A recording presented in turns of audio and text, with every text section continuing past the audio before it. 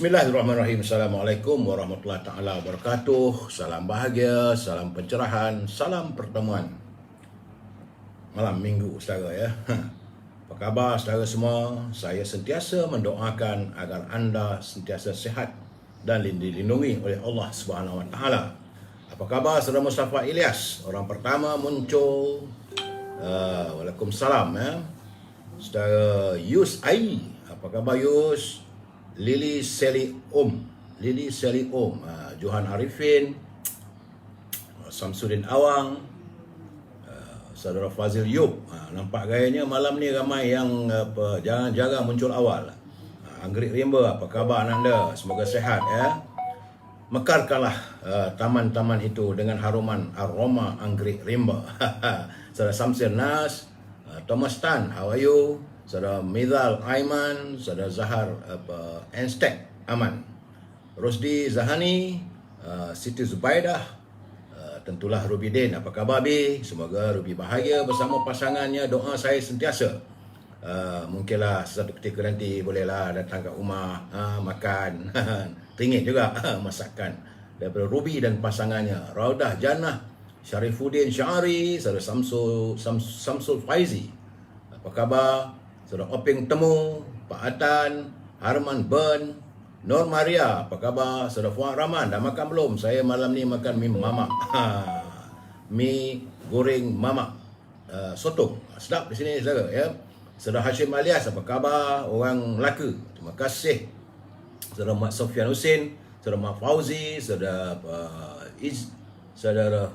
Hushin Khaldi, Zul Aizian, Saudara Jafras, Nawi Muda dan teman-teman yang lain yang tak sempat saya santuni satu persatu. Saya mohon maaf, akan saya santuni usai pencerahan malam ini. Kalau ni banyak juga saudara, macam-macam benda nak bercakap. Aduhai. Baik, saya seperti biasa harus memberi pencerahan tentang kedudukan COVID hari ini. Alhamdulillah hari ini nampak gayanya ada sedikit susut, tapi tak banyak mana. Sebab semalam 19,378, tapi hari ini 19,057. Tak ada berkurangan saudara. Virus corona terus mengganas di bumi merdeka ini. Jadi jumlah keseluruhan hari ini 19,057 menjadikan angka terkumpul warga kita yang dijangkiti oleh virus corona sudah mencapai 1,824,439 orang. Dan mengundang kematian hari ini begitu tinggi, iaitu 362 warga kita yang tewas kesan dijangkiti oleh virus corona. 362 kematian hari ini saudara. Menjadikan jumlah kematian sudah 17,883. Jadi kepada saudara, jagalah kesihatan, jagalah kebersihan diri, berusahalah kita untuk menjarahkan atau kalau boleh memutuskan jaringan virus corona ini. Kerana di Perlis nampak gayanya ada peningkatan ya Pak Nazir. Semalam 80, hari ini 99. Selama hari ini saya melaporkan Perlis 1212 sifar, hari ini 99. Begitu juga di Kedah, walaupun ada susut semalam 1470, tapi hari ini masih lagi 1329. Di Pulau Pinang masih lagi ribuan cek, anak mami ke, combi ke, nana ke, semalam 1729, hari ini 1558. Awak lagu tu cek. Di Perak, aduhai, tabakor dah ada teman tengoknya. Terus meningkat. 2 hari lepas 990. Semalam 1389. Hari ini mencanak tu 1450. Yup, mana ni? Apa habit one type one labor ni. Jelit sikit supaya lari virus corona ni. Di Selangor peningkatan sedikit, tapi bagaimanapun ada sedikit kelegaan lah ya. Semalam 3,613, hari ini 3,775. Tidaklah pada angka 7,000 dan sebagainya saudara. Di wilayah Persekutuan nampak gayanya ada susut daripada 740 kepada 711. Begitu juga di Putrajaya. Semalam 41, hari ini 18. Di Negeri Sembilan terus menurun. Alhamdulillah, semalam 270, hari ini 242. Di Melaka juga ada susut. Semalam 399, hari ini 338. Di Johor juga ada susut nampak gayanya. Tapi angka masih 2,000 saudara. Semalam 2,331, hari ini 2,077 orang. Begitu juga di Pahang ada susut daripada 559 pada 410. Di Terengganu ada peningkatan balik. Semalam dah elok dah tu turun tu 532. Tiba-tiba hari ni naik 605. Begitu juga di Kelantan. Nampaknya di Kelantan ni terus peningkatan 3 hari berturut-turut. 1247 naik pada 1356. Hari ini 1434. Cik Mek Awal Sain belaka, jagalah kesihatannya. Aduh, risau musim hujan-hujan begini. Di Sabah nampak gayanya ada sedikit susut. Semalam 2404 tapi hari ini 2279. Begitu juga di Labuan single digit masih lagi walaupun ada peningkatan. Semalam 4, hari ini 9. Dan di Sarawak nampak gayanya figuranya meningkat balik. Semalam disusut daripada 2952 kepada 2464. Tapi hari ini 2723 ada peningkatan. Dan untuk bulan ini selama 4 hari, bulan September saudara, 4 hari jumlah terkumpul sudah pun 78,185 orang warga kita yang dijangkiti oleh virus corona. Saya ingin berpesan pada teman-teman, terutama yang warga emas seperti saya. Dalam cuaca hari ini yang tidak menentu, sekejap panas, sekejap sejuk, hujan panas, saya minta kalau bolehlah warga emas, jagalah pemakanan, jaga kesihatan, banyakkan minum air masak, saudara. Dan elakkan melakukan aktiviti di luar rumah. Dan anak-anak, kalau sayang pada ayah ataupun ibu, siap sediakan dengan ubat seperti Panadol, ubat demam, ubat sesama. Kerana dalam suasana begini, wabak ini mudah dijangkiti kepada warga emas. Saudara, itu gambaran yang saya dapat berikan tentang kedudukan COVID-19 yang melanda bumi kita. Saudara, tazkirah pendek hari ini, 7 pesanan yang dilontarkan oleh Saidina Ali bin Abi Talib. Ini menantu Rasulullah. Kata Saidina Ali bin Abi Talib, ada 7 perkara yang kalau boleh dia kata janganlah kita lakukan. Itu pertama, jangan kita berbicara tentang harta kekayaanmu apabila kamu di hadapan orang yang miskin. Jadi jangan menunjuk kekayaan kita. Saudara, kemudian jangan berbicara tentang kesihatanmu apabila anda melawat orang sedang sakit. Itu tak elok. Jadi kita melawat orang sakit, jangan kita kata badan saya sihat, saya kuat begini-gini. Sedangkan orang tu menderita dengan penyakit yang dihidapinya, ya. Kemudian kata Saidina Ali lagi, jangan berbicara tentang kekuatanmu di hadapan orang lemah. Jangan tunjuk bahawa dia ni hebat, punya pangkat besar, sedangkan orang tu dalam keadaan yang tidak begitu baik, dalam keadaan yang lemah. Jangan sekali kamu berbicara tentang kebahagiaanmu di hadapan orang yang sedang sedih. Macam sekarang ni, rakyat banyak sedih, hidup dalam keadaan begitu perit. Janganlah kita pula bila berjumpa dengan mereka, kita berbicara ataupun menunjukkan gambar kita makan makanan yang sedap-sedap, ataupun kesempatan sekarang ni macam pusat pelancongan di Langkawi dah dibuka, ambil gambar, sedangkan orang dalam keadaan sedih. Dan jangan kamu berbicara tentang kebebasanmu di hadapan orang yang sedang terpenjara. Ya, warga kita yang terpenjara di rumah, jangan kita tunjuk gambar kita, bawa kereta ke sana ke sini, saudara. Dan jangan kamu berbicara tentang anakmu.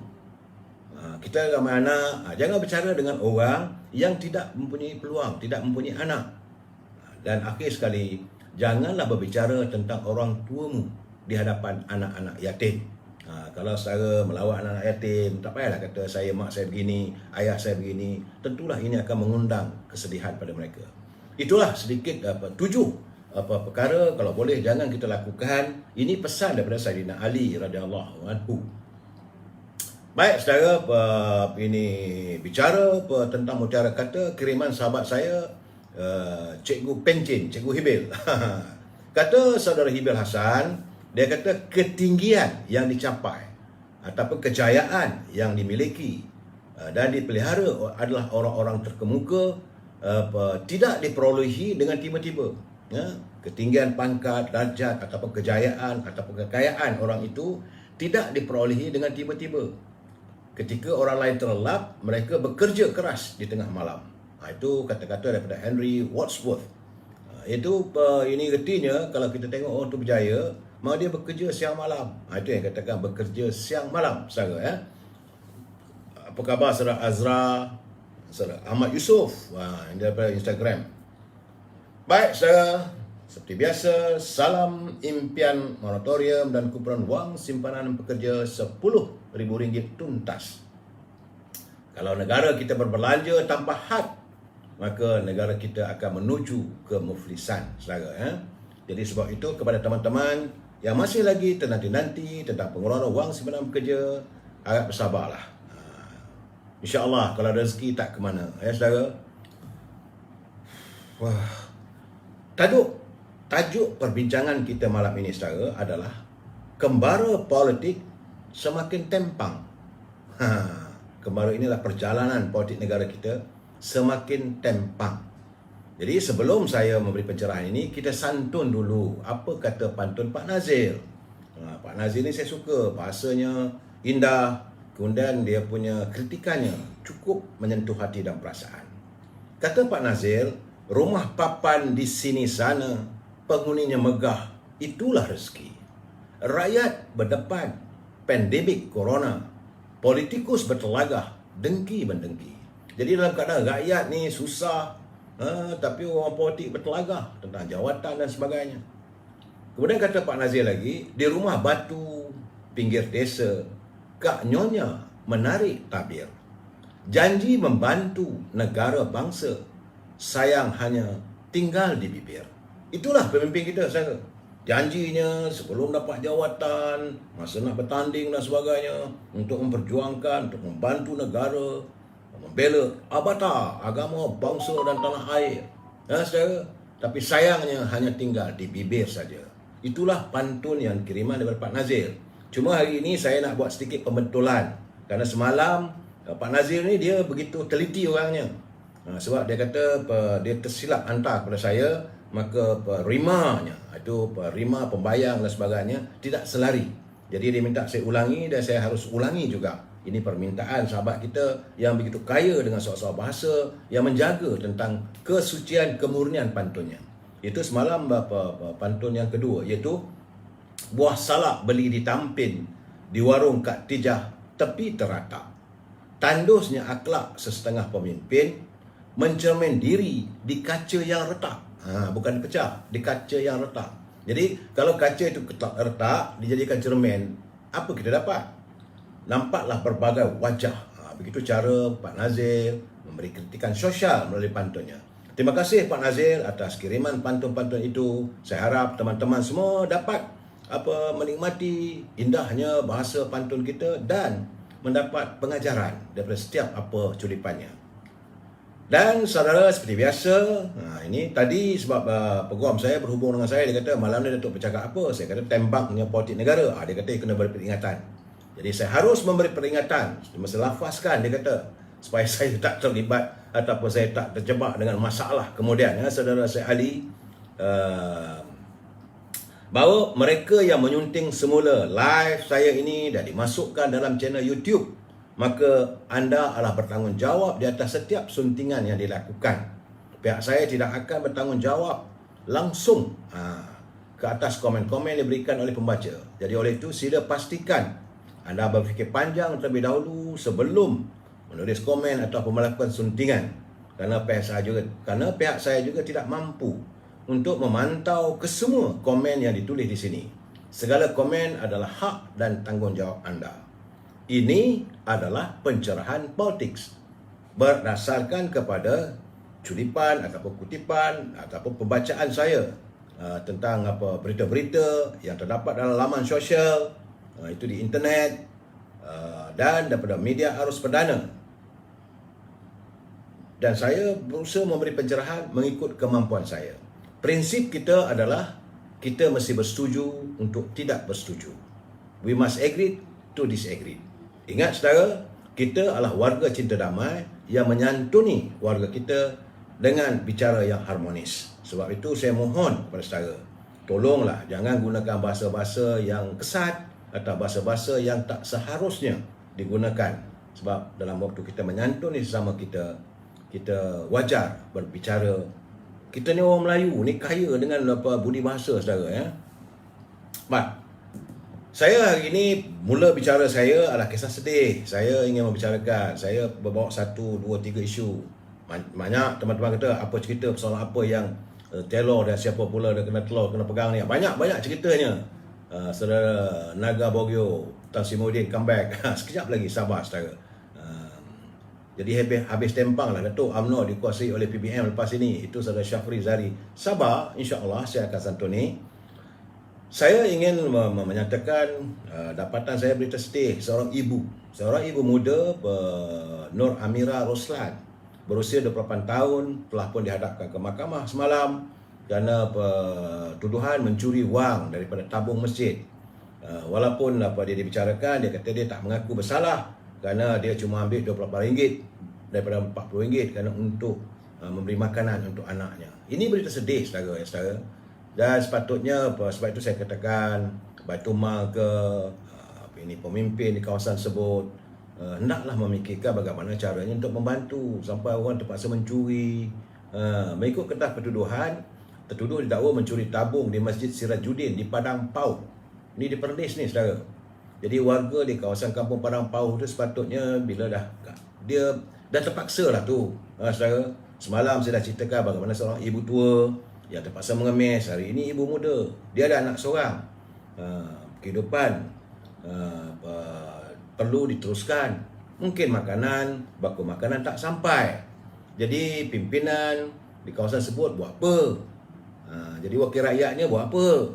Takkanlah biarkan begitu. Saya lihat ada satu kes, banyak perbicaraan di Amerika. Kalau hakimnya tu dia tanya, kenapa kamu buat begini? Kenapa kamu terjebak? Akhirnya kadang-kadang orang itu dilepaskan saja. Memanglah kita tahu bahawa jenayah tetap jenayah. Hukumnya tetap ada hukuman. Tetapi kadang-kadang bila kita nak menjatuhkan hukuman, ini bukan saya nak melanggar keputusan mahkamah ya. Bagi saya, pemikiran saya, kita kena lihat bagaimana caranya kita mengatasi masalah. Bagaimana ini Ketua Polis Daerah Petaling Jaya satu ketika dahulu, bila pegawai anggotanya menahan seorang wanita yang mencuri beras dan makanan, dia ikut pergi ke rumah orang tu. Dia tengok memang orang tu dalam keadaan kemiskinan. Akhirnya dia kutip derma bagi pada orang tu. Dan setakat itu dia tak adalah meneruskan tuduhan ataupun no further action saudara. Jadi inilah gambarannya kehidupan rakyat sekarang ni. Mereka sanggup melakukan apa saja. Tapi bagaimanapun mahkamah menetapkan pembicaraannya pada 4 Oktober. Tapi dia memilih, terpaksalah dia ke hakim Majistret Kamalizah menetapkan jaminan sebanyak RM2,000 dengan seorang penjamin. Bagaimanapun penjamin tidak dijamin dan ditahan di lokap penjara Pokok Sena. Satu benda yang sedih. Bila dia kena jaminan RM2,000, mana nak cari duit? Nak dapat RM28 pun terpaksa mencuri dan akhirnya ditahan di lokap di Pokok Sena. Bagaimana pula keadaan anaknya yang singgah di rumah? Itu keadaan saya. Beliau adalah merupakan suri rumah yang menghadapi masalah keretakan rumah tangga. Itu nasib orang. Jadi saya harap ini memberi pengajaran kepada kita semua. Ambillah ini sebagai iktibar kepada kita betapa sukarnya kehidupan rakyat hari ini. Saya juga mendapat culipan daripada Yang Berhormat Datuk Seri Najib yang menzahirkan kegusaran beliau kerana katanya sebulan dari sekarang sekolah akan dibuka semula. Ini kehendak Menteri Pendidikan Datuk Didin ni, Menteri Pendidikan ni, dia kata dia tetap mau membuka sekolah bermula pada 3 Oktober. Jadi perlu diingat bahawa pada 26 April 2021, Kementerian Kesihatan memaklumkan seramai 23,739 pelajar bawah umur 12 tahun telah dijangkiti oleh COVID-19. Jadi berdasarkan data itu, Kementerian Kesihatan mengaku betapa mudahnya kes ditularkan di sekolah. Itu culipan daripada Datuk Seri Najib yang menzahirkan kegusaran beliau. Nak buka sekolah memanglah kita nak anak-anak kita bersekolah dan sebagainya, tetapi pastikan bahawa suasana keadaan benar-benar selamat. Jadi sebab itu katanya saya fikir tiada ibu bapa atau penjaga yang sanggup meletakkan anak mereka pada risiko kesihatan. Jika SOP kurang meyakinkan, mungkin ramai yang enggan menghantar anak mereka ke sekolah. Jadi akhirnya keadaan nanti mungkin kembali mengundang isu pendidikan. Jadi situasi ini, kata Datuk Seri Najib, sangat perlu dielakkan kerana mewujudkan suasana tidak kebersamaan yang akan memangsakan murid sekolah. Ingat saudara, anak-anak adalah permata tidak ternilai untuk kita. Jadi itu curipan berita setakat ini. Dalam pada itu ada satu persoalan. Sebelum saya masuk bab yang lebih yang anda nanti, kita tengok kawan-kawan dah mula masuk apa semua nak dengar pencerahan saya malam ini. Persoalannya sekarang ini, sehingga saat ini pembicaraan kes YADB masih diteruskan dan sebagainya, tetapi kita tak dapat mengungkapkan Jolo, Zeti, Aziz tidak dibawa ke mahkamah. Walaupun suami telah disiasat dan sebagainya. Tetapi kiriman hari ini yang saya nampak dalam wall saya itu tentang persoalan milik siapakah kapal Equanimity sekarang. Kerana kata selepas itu, semalam dia kata dia berborak dengan seorang bekas pegawai tentera laut di Raja Malaysia. Dan dia terlibat dalam menyelenggarakan kapal Equanimity ini. Kerana dia terlibat masa kapal tersebut terkandas di lautan dan tidak boleh berlayar. Jadi salah seorang petugas yang mahir terpaksa dipanggil bagi membaik pulih sistem, dan kebetulan pula dia itu pegawai tersebut bercuti di Kuantan. Arahan dikeluarkan oleh pihak atasan mengerahkan pegawai yang bercuti untuk segera memulihkan sistem kapal itu. Jadi persoalannya, siapakah orang atasan itu? Dia tak usah kita fikirkan siapa. Jadi apabila pegawai tersebut sampai, enjin kapal Equanimity telah pun berjaya dihidupkan dan dia kembali beroperasi. Kemudian pegawai TRDM tersebut mengambil peluang berborak-borak atau berberual dengan pegawai yang memulihkan sistem enjin kapal Equanimity. Dia kagum bila pegawai tersebut mengatakan beliau telah lama mengendalikan kapal Equanimity tersebut semenjak tahun 1998 lagi. Dan berdasarkan kepada buku log kapal Equanimity tersebut, terpapar nama seorang pemimpin besar negara. Bukan Tun Najib, adalah merupakan salah seorang pelawat kapal tersebut. Kerana dalam catatan buku tersebut menunjukkan sebanyak 90 kali pemimpin tersebut melawat kapal itu dan berlayar dengan kapal Equanimity. Jadi soalnya sekarang ni, di manakah kapal itu? Kabarnya telah dijual, dapat duit, tapi apakah wang itu dimiliki negara kan? Ini persoalannya. Barang kes mahkamah boleh dijual. Jadi kalau kereta saudara ni ditahan pihak polis, bolehlah jual nampak gayanya. Itu persoalannya saudara. Saya bukan apa saya melihat tulipan ini, saya kata betul juga. Persoalan sekarang ni rakyat dah lupa. Kita jangan lupa. Saya perlu mengingatkan suasananya. Sebenarnya kapal Equanimity yang menimbulkan macam-macam persepsi terhadap Datuk Seri Najib, akhirnya kian terbongkar. Tetapi benda ini terbiar begitu saja. Malahan tidak disebut dan tidak jadikan bahan bukti di mahkamah. Itu keadaan saya. Baik. Saya, kita lupakan soal kapal Equanimity. Rupa-rupanya saya dapat juga selipan tentang bila Yang Amat Berhormat Perdana Menteri menyentuh tentang Perdana Menteri sekarang, Datuk Ismail Sabri. Dia kata bahawa beban kewangan semakin besar perlu ditanggung kerajaan untuk emolument, iaitu pembayaran gaji dan pencen. Jadi kesan daripada itu ramai netizen memberi ulasan. Jadi di antara ulasan yang tepat dan terbaik yang saya baca hari ini ialah pencen paling membebankan sebenarnya kepada politikus yang bergaji besar. Malahan allowance lebih tinggi dari gaji. Seperti jawatan Perdana Menteri, Timbalan Perdana Menteri, Menteri Besar, Ketua Menteri, Menteri-Menteri, Esko, Ahli Parlimen dan Ahli Dewan Undangan Negeri. Mereka terlalu tinggi bayarannya saudara. Ya, saya lihat cuba lihat contoh emolument untuk menteri kabinet saja. Seorang menteri saja saudara. Gaji pokok adalah 18,000. Sedangkan ketua jabatan belum tahu lagi boleh dapat 18,000.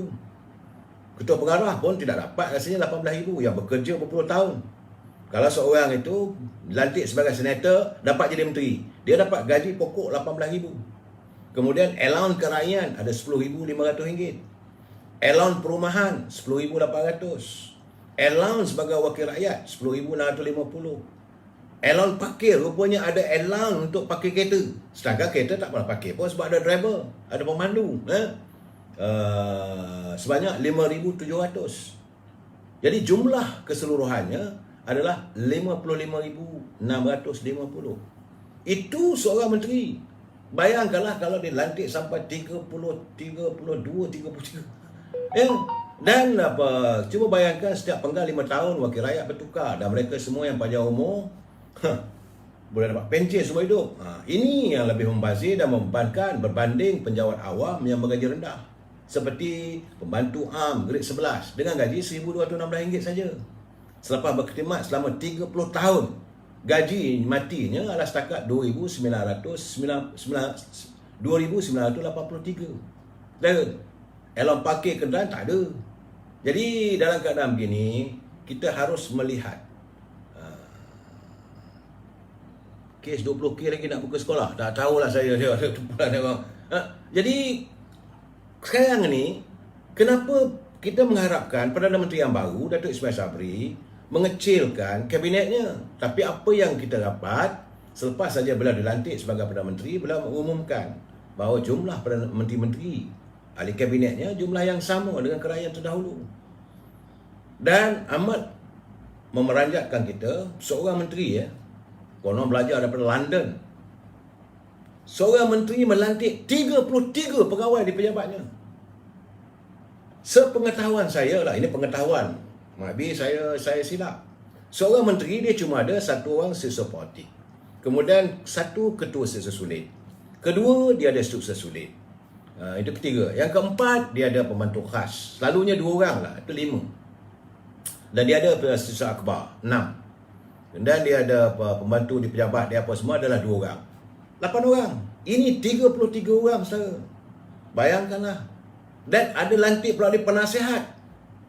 Penasihat, orang itu nanti sebagai penasihat. Orang ni sebagai penasihat. Ini semua menggunakan duit rakyat. Saya saya tak faham. Kenapa seorang menteri boleh begitulah keadaannya. Melantik, suka-suka.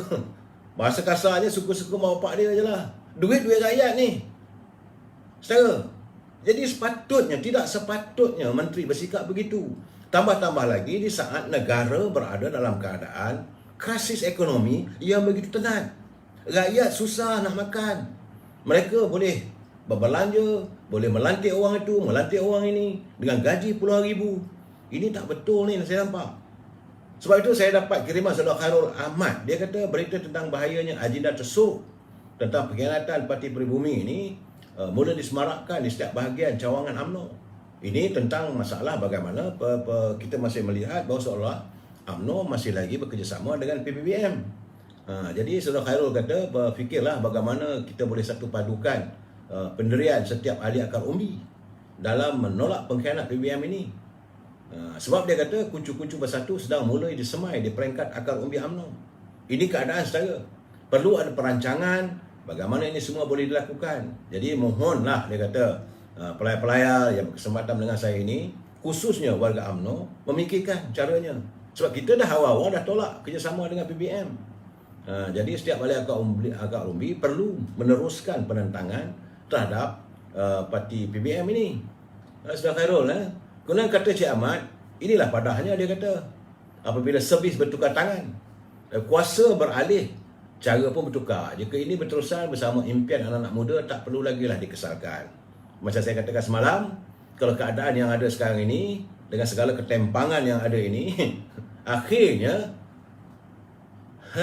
Yang Amat Berhormat Datuk Seri Anwar Ibrahim lah jadi Perdana Menteri. Anda menolak, tapi ini akan berlaku. Kuasa bukan untuk dicuba, tapi sepatutnya ia dijaga kesinambungannya. Kerana telah terbukti tiada parti lain yang lebih elok daripada UMNO yang boleh mentadbir negara ini, terbukti. Sebab bila kita kalah, bila UMNO kalah itu hari, dua kali jawatan Perdana Menteri dipimpin oleh parti lain. Dan hari ini Perdana Menteri daripada UMNO sudah ada masalah kedengarnya. Sebab itu gamaknya lah, saya tak tahulah. Sebab saya tengok juga menurut edisi siasat, dia kata dari tarikh 21 Ogos 2021 hingga hari ini sudah lebih daripada 3 minggu Perdana Menteri Datuk Ismail Sabri mengangkat sumpah jawatan di hadapan Sri Pertugas Agung. Tapi ucapan tahniah atas pelantikannya itu cuma didapat daripada Presiden Singapura dan Presiden Indonesia. Tapi ketua-ketua bahagian UMNO nampak gayanya tak semarak. Mungkin ada masalah. Jadi tak mungkinlah, kerana itu gamaknya lah pada saya Datuk Ismail Sabri merasakan beliau seolah-olah tidak diraihkan oleh warga UMNO. Kerana itulah hari ini saya hairan hari ini seluruh satu Melaya terpempan. Satu Melaya terpempan apabila Ketua Setiausaha Negara di bawah pimpinan Datuk Seri Ismail Sabri mengumumkan, dia bukan Datuk Ismail Sabri yang mengumumkan, Ketua Setiausaha Negara mengumumkan perlantikan Tan Sri Muhyiddin sebagai pengerusi Majlis Pemulihan Negara bertaraf menteri. This is very serious. Tak sampai pun 2 bulan, tak sampai sebulan pun meninggalkan anjung kuasa di Sri Perdana, dilantik balik sebagai pengerusi bertaraf menteri. Walaupun dia kata dia tidak akan mengambil segala perk ataupun segala kemudahan dan sebagainya. Tetapi kenapa begitu? Sebab semua orang tahu bahawa Tan Sri Muhyiddin ditolak oleh rakyat dan digelarkan sebagai Perdana Menteri yang gagal. Jadi saya pun tak tahulah. Cuma hairan saya, sekarang ni nampak agaknya satu minat Setiausaha Negara ni membuat pengumuman pada hari Sabtu. Jadi apakah hari ini, hari Sabtu ni, pejabat kerajaan dibuka? Kalau tak dibuka, mungkin dia kata itu fake news. Tak tahulah, saya tak tahu. Mungkin boleh katakan ini kenyataan yang tak betul sebab pejabat Ketua Setiausaha Negara tidak pernah mengeluarkan kenyataan. Saya tak tahu kenapa jadi begitu. Sepatutnya buatlah pengumuman hari Isnin. Dan saya hairanlah bahawa pejabat bukan daripada pejabat Perdana Menteri. Satu Melayu heboh. Dan saya pula diberitahu apa yang lalu dan semalam, saya dah mengulas, saudara. Situasi begini pasti akan terjadi. Saya dah ulas semalam, beberapa hari dulu pun saya dah kata, bagaimana mungkin Datuk Seri Ismail Sabri mampu menolak permintaan daripada Presiden PBM. Sebab itu saya kata, awal-awal dululah saya kata, tak ada keperluan, tak payah ambil. You are the minority. Kita bukan dominan. Lebih baik tunggu dalam masa 21 bulan lagi ada pilihan raya. Ataupun terus panggil pilihan raya umum. Let's fight one and for all. Selesaikan masalah. Ini tidak. Kedudukan Datuk Ismail Sabri seperti orang cekik tulang. Letak dekat tengkuk ni. Tulang tu bukan tulang ikan kering. Tulang ikan korau sikitnya besar tu. Telan tak boleh. Nak tarik keluar tak boleh. Bahasa mengatakan ditelan mati mak, diluah mati bapak. Ini sekarangnya. Jadi keadaan sekarang ni macam mana Datuk Ismail Sabri dapat menyelesaikan permasalahan kepimpinannya di anjung kuasa.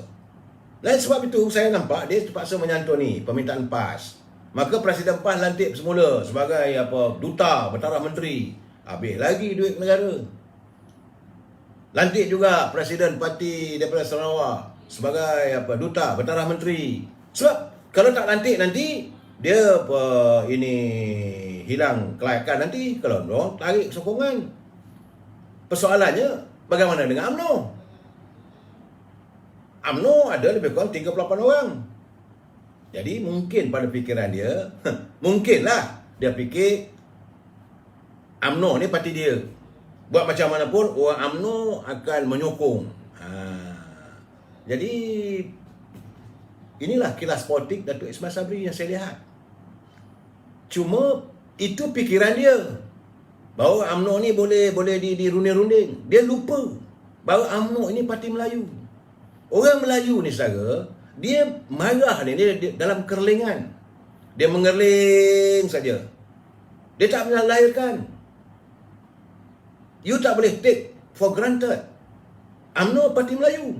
Dan perangai yang paling teruk sekali orang Melayu, bila nyamuk ngeng di telinga, kelambu dia bakar. Jadi apakah Yang Amat Berhormat Perdana Menteri bersedia untuk menghadapi suasana ini?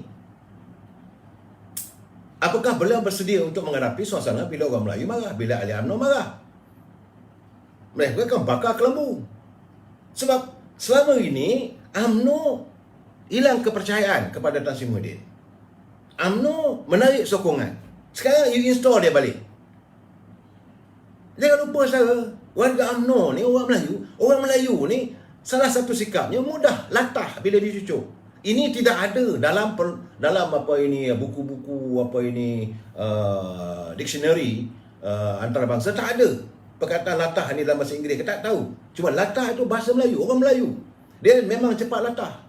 Jadi apakah Datuk Seri Ismail Sabri sebagai Perdana Menteri telah memikirkan persoalan ini? Yang kedua, ini paling teruk. Paling teruk iaitu amok. Bila orang Melayu marah, dia akan mengamuk. Jadi walaupun Datuk Ismail Sabri datang daripada rumah UMNO, jadi kalau tindakan itu dilihat oleh warga UMNO tidak menapati kehendaknya, di sebalik kerelingan mata yang amarah, apabila ada orang cucuk, apabila dia merasa mengamuk, sukar saudara untuk dipertahankan. Melayu ni bila dicucuk dia latah. Bila telinga dia bingit dengan nyamuk, dia bakar je kelambu. Jadi saya lihat keadaan ini macam dululah waktu Tan Sri Muhyiddin jadi Perdana Menteri. Bila dia melantik Saudara Faizal Azumu sebagai penasihat. Kalau saya ingat lagi kenyataan saya ibaratkan seperti orang rabun meminta panduan daripada orang yang buta. Dia tak tahu jalan sini kat mana, dia tanya pada orang buta. Itu keadaan yang saya telah lontarkan waktu Tan Sri Muhyiddin melantik Faizal. Peja ni pula mana pergi pun masalah. Dan Tan Sri Muhyiddin lantik dia, maka Tan Sri pun meruyup. Dan hari ini dia lantik Menteri Belia, pinggat emas pun hilang sebagai menteri. Sekarang ni kedudukan Perdana Menteri mula goyah, saya melihat. Kerana ramai orang mengatakan kepada saya, mereka buat lawak. Dia kata umpama orang rabun mengambil si buta sebagai memimpin untuk petunjuk jalan apabila Datuk Seri Ismail Sabri melantik Tan Sri Muhyiddin sebagai pengerusi Majlis Pemulihan Ekonomi. Dah gagal. Kenapa tak dipikirkan daripada kalangan Rumah UMNO? Bukan sedikit pemimpin UMNO yang mempunyai kewibawa untuk menyelesaikan masalah negara ini. Memang dulu Yang Maha Tuan Agong mahu supaya masalah ekonomi ini diselesaikan. Masalah COVID-19 ini diselesaikan. Tapi bukanlah penyelesaiannya tu lantik orang ni sesuka hati. Kementerian Kesihatan bila lantik orang, berapa ramai dia suka dengan penasihat-penasihat yang bukan-bukan. Itu bukan cara dia. Begitu juga lantik pula penasihat, bukan penasihat, pengurusi Majlis Pemulihan Negara. Baru lepas. Sekejap saya minum, tersekak saya bercakap.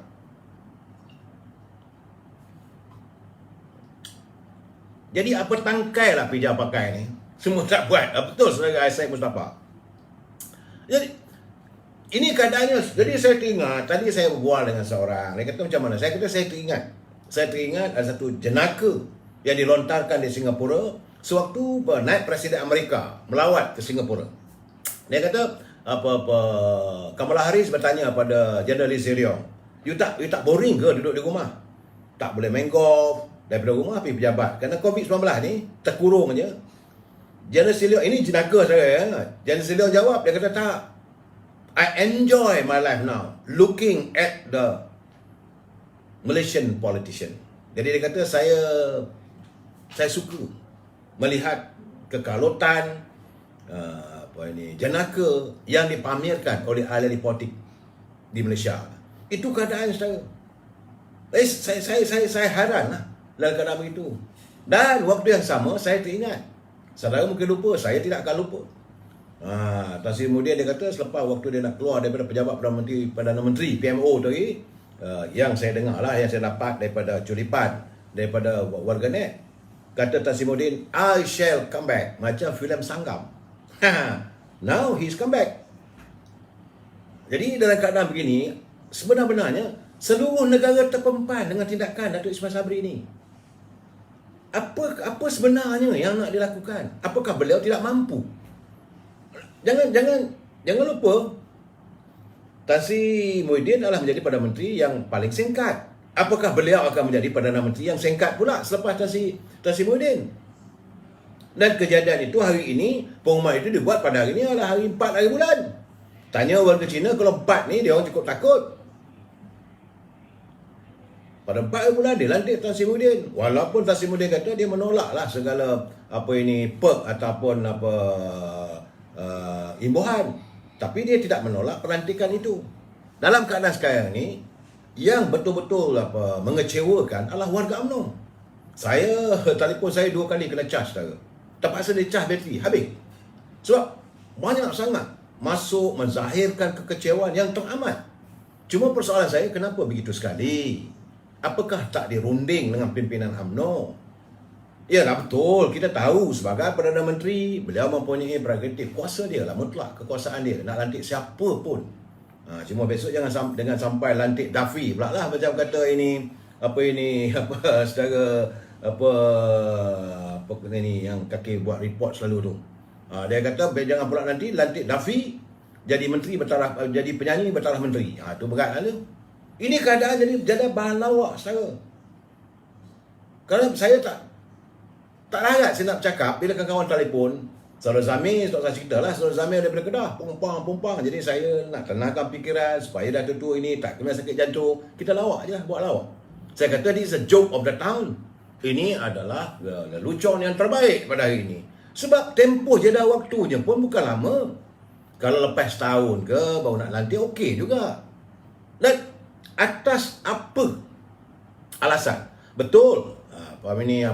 Pelan pemulihan ekonomi negara ini adalah merupakan buah fikiran Yang Muhammad Tan Sri Muhyiddin sewaktu beliau jadi Perdana Menteri. Tapi apakah pelaksanaan itu tidak boleh dilakukan oleh orang lain? Ini masalah yang saya nampak bahawa Yang Muhammad Datuk Ismail Sabri mengundang tak semena-mena. Satu suasana yang tidak selesa bagi warga UMNO dan rakyat. Macam saya katakan bahawa dia memang Datuk Ismail Sabri hari ini berada dalam kelambu dia bersama dengan ular yang berbisa iaitu PBM. Dan hari ini telah terbukti dia seolah-olah telah dibelit. Mungkin, ini saya tak kata satu tuduhan, saya mungkin bahawa kalau Tan Sri kata, I nak jawatan ini, dia kena bagilah. Sebab keberadaannya sebagai Perdana Menteri bukan dalam keadaan yang memperoleh kejayaan daripada pilihan raya. Bukan kehendak rakyat. Rakyat dah tolak UMNO. Saya dah cakap berkali-kali. Kita tak boleh bangga. Kita tak boleh bangga. Benar bahawa kita sebelum pilihan raya UMNO sudah kembali ke Putrajaya. Tapi ini bukan kebanggaan. Sepatutnya beliau harus menunjukkan sikap. Beliau harus menunjukkan kepimpinan yang boleh diyakini oleh rakyat bahawa beliau mempunyai visi. Menterjemahkan visi UMNO. Sepatutnya berunding dengan pimpinan UMNO. UMNO ada penasihat yang bawa mulia Tengku Razali Hamzah. Dari sudut ekonomi, daripada faktor ekonomi, saya kata memanglah pengalaman silam yang bawa mulia Tengku Razali. Pengalaman kepimpinan negara 9 tahun sebagai Perdana Menteri, rakyat hidup bahagia. Ya, Muhammad Datuk Seri Najib. Kenapa tidak duduk, sit down, berbincang dengan Presiden UMNO? Datuk Seri Zahid Hamidi pernah jadi Timbalan Perdana Menteri, duduk bincang macam mana nak buat sekarang. Macam mana nak kita mengatasi tentang masalah COVID. Okey, kemudian macam mana nak mengatasi masalah ini ekonomi negara. Bincang, dicari upaya. Dan jadikan, okey, ambillah kertas kerja yang mungkin diwujudkan era kepimpinan Tan Sri Muhyiddin. Tapi bukanlah ambil Tan Sri Muhyiddin, letak lepas itu, Tan Sri Muhyiddin jalankanlah. Seperti, you bagi kuasa balik. Jadi rakyat yang hilang keyakinan kepada Tan Sri Muhyiddin akan hilang keyakinan kepada Datuk Ismail Sabri. Ini kesannya, dan saya dah cakap berkali-kali, whatever mistake, apa sahaja kesilapan yang dibuat oleh Datuk Ismail Sabri sepanjang keberadaannya sebagai Perdana Menteri, suka tak suka UMNO terpalit. This is yang membuatkan warga UMNO concern. Sebab itu, ahli-ahli pimpinan UMNO peringkat akar umbi terperanjat dan mereka begitu prihatin dengan keadaan begini. Sebab kalau gagal, maka gagallah UMNO. Di peringkat akar umbi dulu, okey, UMNO dapat balik kuasa. Sebab itu saya dah pesan, jangan dirayakan. Jangan kita gembira sangat. Di sebalik kegembiraan, ada benda yang tidak baik. Ini saya nampak sudah pun terjelma. Bila saja lepas dia angkat jadi Perdana Menteri, kita ingatkan dia mengecilkan saiz kabinet, masih lagi tidak berlaku. Saiz masih lagi keluarga 69. Okey, dia panggil pembangkang. Alright, setuju, tak ada masalah. Kita pun nampak okeylah. Cara UMNO pun berlapang dada dengan siapa saja demi rakyat. Kita sanggup melupakan dan sebagainya. Itu memang sikap UMNO memang begitu. Tak ada masalah. Bawa santuni Datuk Seri Anwar Ibrahim, Lim Guak Eng, Mat Sabu duduk semeja bincang. Kita meraihkan. Cuma kita tak katakan selama ini kamu ramai orang menuduh bahawa Datuk Zahid Hamidi nak adakan unjuran kerjasama dengan Anwar dan DAP. Macam-macam lah dia orang kata. Lumat, lunyai Presiden UMNO kena. Jadi akhirnya okeylah kita terima dengan lapang dada. Selepas itu perlantikan anggota kabinet amat mengecewakan warga UMNO. Sebab mereka dilantik semula saling kulit. Cuma digugurkan tak silap saya 2-3 orang aja. Tak ramai mana pun. Sedangkan kita ingatkan, ambillah 10 orang. Saya bentuk kabinetnya untuk khusus menangani masalah COVID dan ekonomi. Kalaulah mereka yang ada sebagai jemaah kabinet ini boleh dilantik sebagai jawatankuasa. Tidak perlu dilantik kabinet sebesar 70 orang. Menteri timbalan menteri. 69 orang tambah pula lagi 3. Dah jadi 72 orang. Dan tentulah ini mengakibatkan wang daripada kantong negara terpaksa dibelanjakan. Sebab tu saya kata tadi, gaji menteri besar-besar. Rakyat melihat. Yang rakyat nak tahu sekarang ni, ini dah masuk ke berapa dah? Dah 3 minggu dah. Umum dah. Belum dapat lagi. Katanya 6 hari bulan. Rakyat terpaksa menunggu sampai 6 hari bulan. Bagaimana dengan cara kemasukan wang bantuan yang diumumkan kononnya ada 3 bilion peruntukan. Semua orang akan dapat. No one is left behind. Macam mana dia punya caranya? Sistem penyampaiannya telah diumumkan ke belum? Rakyat menuntut. Datuk yang berhormat Senator Tengku Zafrul kata boleh pengeluaran 10,000. Bagaimana? Bila? Kemudian sistem moratorium macam mana? 3 benda je pun yang rakyat minta. Dan akhir sekali rakyat nak kebebasan supaya mereka boleh bekerja. Itu tuntutan rakyat. Kalau ini tak dapat dilaksanakan, tentulah rakyat merasa lebih tenat lagi dalam keadaan sekarang. Sebab penantian begitu lama, saudara. Dah setahun lebih terkurung. Apakah mahu dikurung lagi rakyat di rumah? Apakah masih lagi ekonomi nanti dikep dalam suasana begini? Sebab yang mengurung rakyat melalui tindakan darurat, ya, supaya perintahan itu, perintah ini, ekonomi jatuh mengudum. Kita tahu bahawa ekonomi dunia jatuh, tetapi tidaklah seteruk yang dialami oleh rakyat di sini. Adalah era kepimpinan Tan Sri Muhyiddin.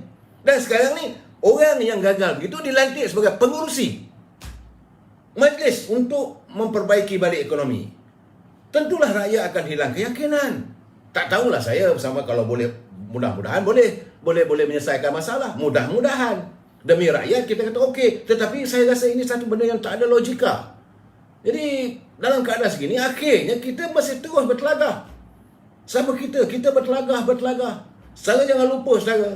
Saya tak nampak ekonomi boleh baik apabila saya menatap berita-berita apa yang berlaku di Laut Cina Selatan sekarang ni. Ketumbukan daripada tentera Amerika, tentera British, didokong oleh tentera Jepun apa semua. Mereka sudah pun menggambarkan bakal ada pertempuran antara tentera Amerika dengan tentera Cina. Ini keadaan saya. Ini membimbangkan kita. Tentulah kesan itu akan membawa kesan ekonomi pada kita. Kalau benar berlaku pertempuran nanti, kesan daripada ledakan senjata itu mungkin dah kena juga pada rakyat. Apa persiapan kita? Kita memanglah Menteri Luar kena menyatakan bahawa kita negara berkecuali, kita tak mau involve. Tapi sekarang ni tak tahu, Menteri Luar diam. Apakah beliau sudah pergi ke London ke, dah pergi ke menyantuni dengan negara, tolonglah, jangan kamu nak bergaduh pun jangan bergaduh dalam kawasan kami, perairan kami. Ada? Tak ada. Kamu nak bertembung pun bertembunglah. Kita negara ni, negara kami, negara yang cinta damai. Sepatutnya kena jelas. Tak ada. Saya faham. Yang Amat Berhormat Datuk Ismail Sabri sekarang ni dikuarantin di rumah. Duduk di rumah sebab itu kenyataan tersebut dibuat oleh Ketua Setiausaha Negara. Tetapi pelantikan itu menjadi persoalan yang dipertikaikan oleh warga. Daripada sekecil-kecil ketua cawangan membawa kepada ketua bahagian di peringkat akar umbi. Ini menyangkut soal UMNO. Sebab itu saya katakan, kalau gagal yang ini, gagallah UMNO. Saya berharapkan supaya rakyat faham. Supaya rakyat faham bahawa Yang Berhormat Datuk Ismail Sabri jadi Perdana Menteri, okey kita sokong, tapi bukan kerajaan UMNO. Sebab kita adalah parti yang kalah. Sebab itu saya kata bahawa kita ni sepatutnya ikutlah contoh Yang Berhormat Datuk Seri Najib. Dah kalah dia serahkan jawatan tu.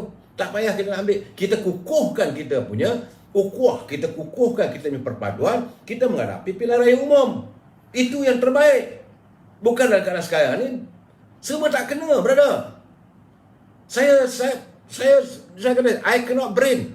Awal-awal lagi saya dah kata, kalaulah Datuk Ismail Sabri merasakan nak boleh tubuh kerajaan dengan bermodalkan 42 kerusi parlimen yang dia ada, I cannot brain.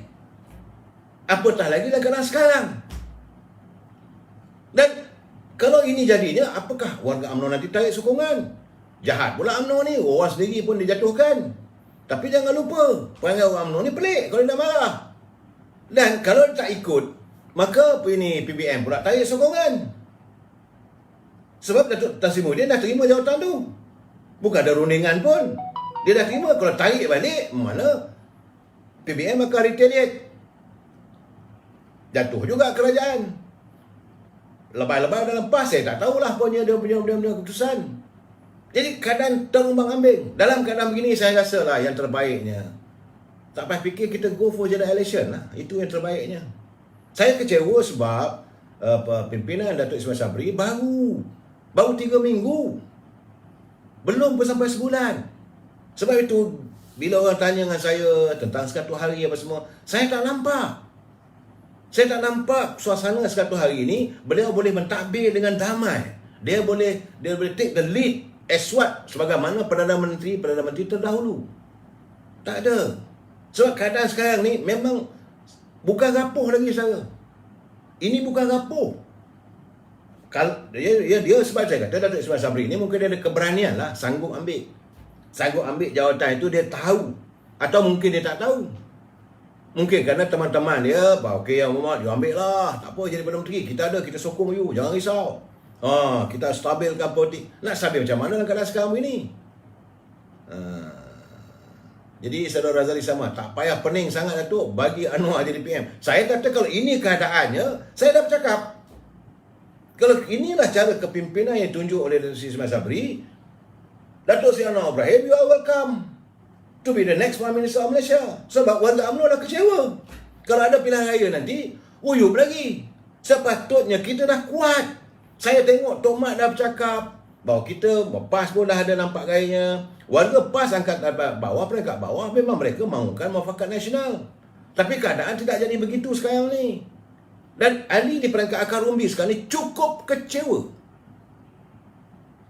Dia saudara Razak Yub, tanah masih merah tu, betul lah. Kalau dianggap sebagai tanah perkuburan, tanah masih merah lagi. Tak tumbuh rumput. Kalau dah tumbuh rumput pun boleh lah juga. Ini tak ada, masih baru lagi. Belum pecah perut lah saudara. Masih green. Dan beliau pun belum lagi membuat mesyuarat di pejabat Perdana Menteri. Mesyuarat kabinetnya belum. Hanya melakukan mesyuarat secara maya. Sebab dia dijangkiti oleh di Syaki, ada kontak rapat dengan COVID-19. Dan bagaimana dia nak berhadapan dengan suasana untuk 13 hari bulan nanti. 12 hari bulan, Duli Maulana yang Tuan Agong akan merasmikan persidangan penggal keempat Parlimen Malaysia. 12 hari bulan. Masuk 13 hari bulan, apabila datang dapat titah perbahasan, titah ucapan, tentulah dia kena singgul bagai negara. Dan saya dapat khabar ada pula kemelut di Parlimen pula bahawa Datuk Azlina Aziz, Datuk Azlina Osman mungkin akan dilantik sebagai speaker. Warga UMNO memang seronok lah. Saya yakin pembangkang pun melihat cara Datuk Azalina Osman mengendalikan Parlimen, sewalaupun beliau sebagai timbalan presiden, timbalan speaker, nampak tak ada berat sebelah. Dan kalau ini beliau jadi speaker, rasanya lebih teruk lagi. Dan besar kemungkinan, sebagaimana yang saya katakan, bahawa hati kecil saya mengatakan bahawa ada sesuatu yang akan berlaku dalam tempoh 2 minggu, 3 minggu mendatang.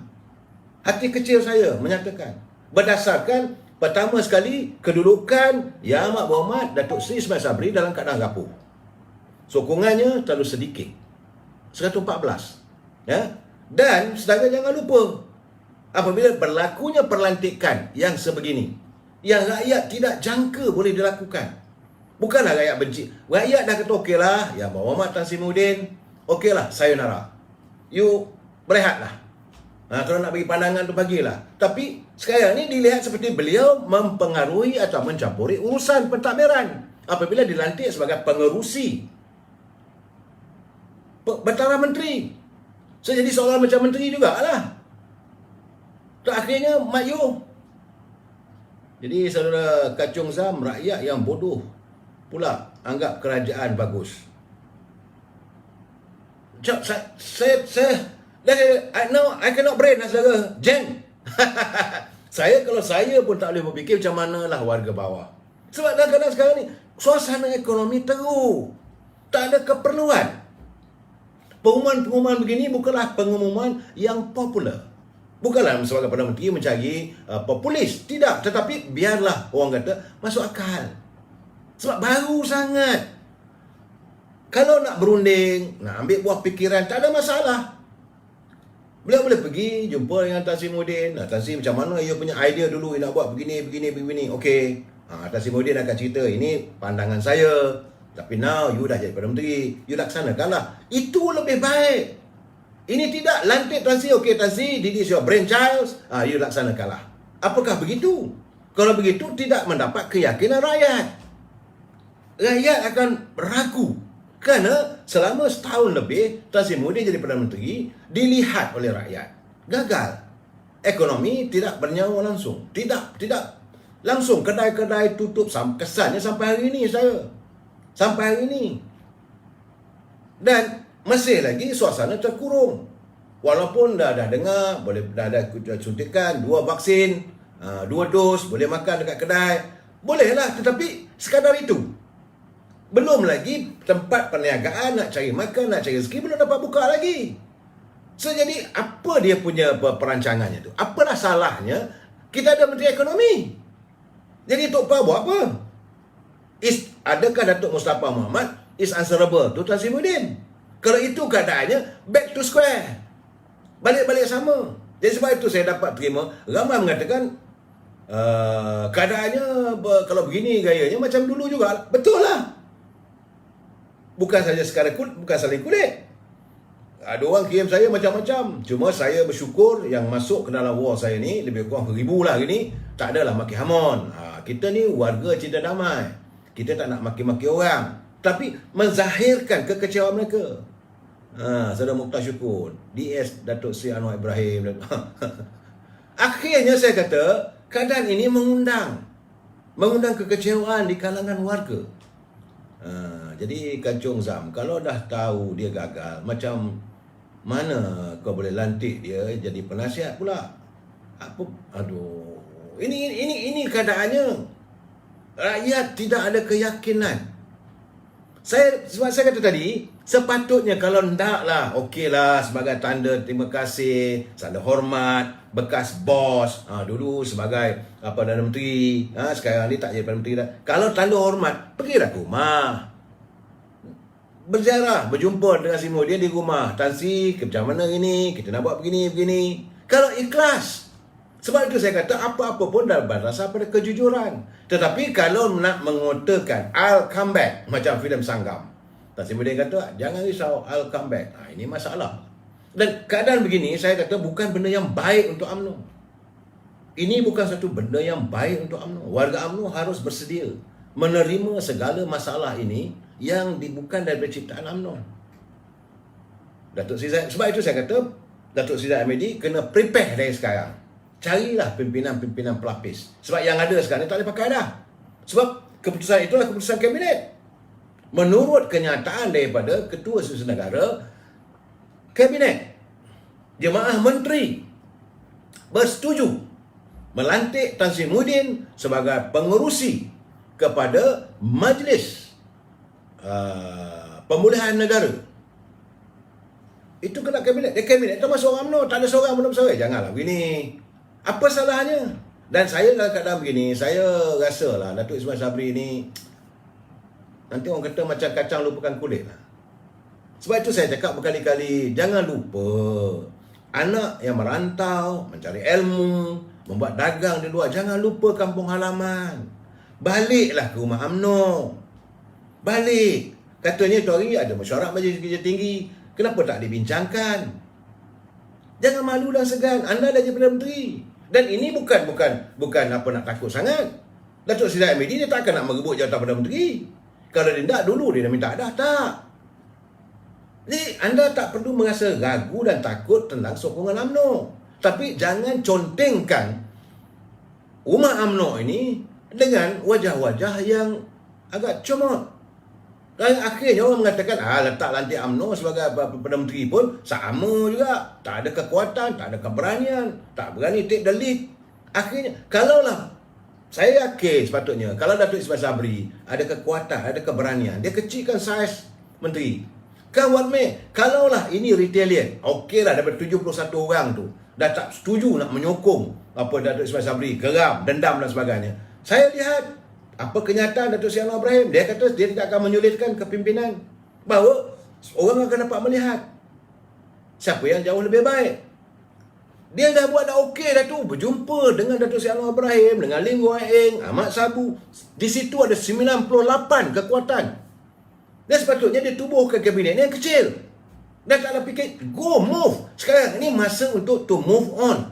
The show must on. Rakyat susah, rakyat nak hidup. Dalam apa keadaan sekarang ni, pemikiran sepatutnya bukan nak menyantuni. Okeylah, dulu dah berjasa, okey, tak ada masalah. But now, ini is a show kita untuk memastikan rakyat. Itu kehendak tuanku. Ini kehendak tuanku.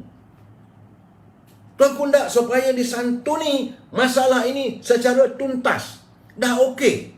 Apa masalahnya? Tapi kalau lantik Tazimuddin, saya ragu. Dan rakyat juga ragu. Warga Akar Umbi juga ragu. Salah Zukruf Anwar, dia kata rakyat meluat. Akhirnya semua terpaling. Saya harap Datuk Ismail Sabri, you have to repair. Anda perlu memperbaiki. The damage was done. Saya tak tahu ke mana UMNO nak letak muka sekarang ni. Dalam keadaan begini, orang akan bercakap, buat apa kau ni jatuhkan dia sebagai Perdana Menteri? Masih nak pakai lagi? Mana nak letak muka? Ini keadaan saudara. Jadi, terpulanglah. What is going to happen? Kita bincang lagi malam esok. Wabillahi taufiq wa hidayah. Assalamualaikum warahmatullahi taala wabarakatuh. Selamat malam, selamat berhujung minggu.